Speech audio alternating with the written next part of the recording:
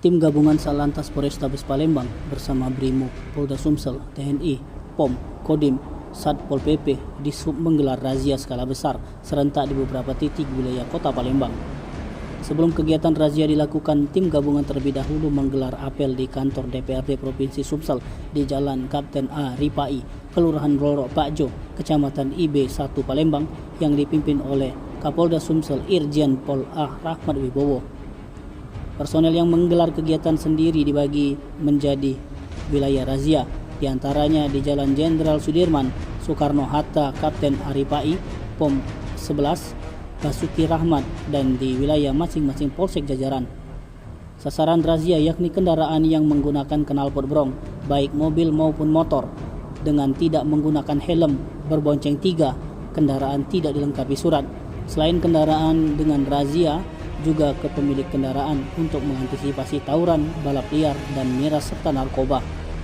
Kapolrestabes Palembang Kombes Pol Haryo Sugihartono melalui Kasat Lantas Polrestabes Palembang AKBP Yeni Diarti mengatakan sekitar 200 personel gabungan dari Polrestabes Palembang bersama instansi terkait lainnya seperti TNI, POM, Kodim, Satpol PP, Dishub, Brimob, Polda Sumsel melaksanakan kegiatan razia gabungan di titik simpang lampu DPRD Kota Palembang. Terhadap kendaraan yang mengajukan dan menggunakan knalpot brong dengan baik mobil maupun motor, lanjut AKBP Yeni, akan dilakukan tindakan tegas.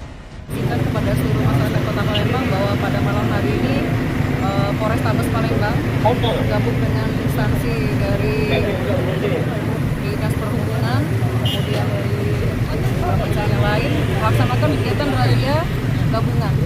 Untuk titik razia dilaksanakan di simpang DPRD Provinsi. Untuk sasarannya kami melakukan pemeriksaan kepada seluruh pengguna kendaraan, baik kendaraan R2 maupun R4. Kami harapannya adalah akan melakukan pemeriksaan kendaraan baik sasaran terhadap sajam, kemudian miras, balap liar, dan antisipasi tawuran. Tim Liputan Sumsel AD TV melaporkan.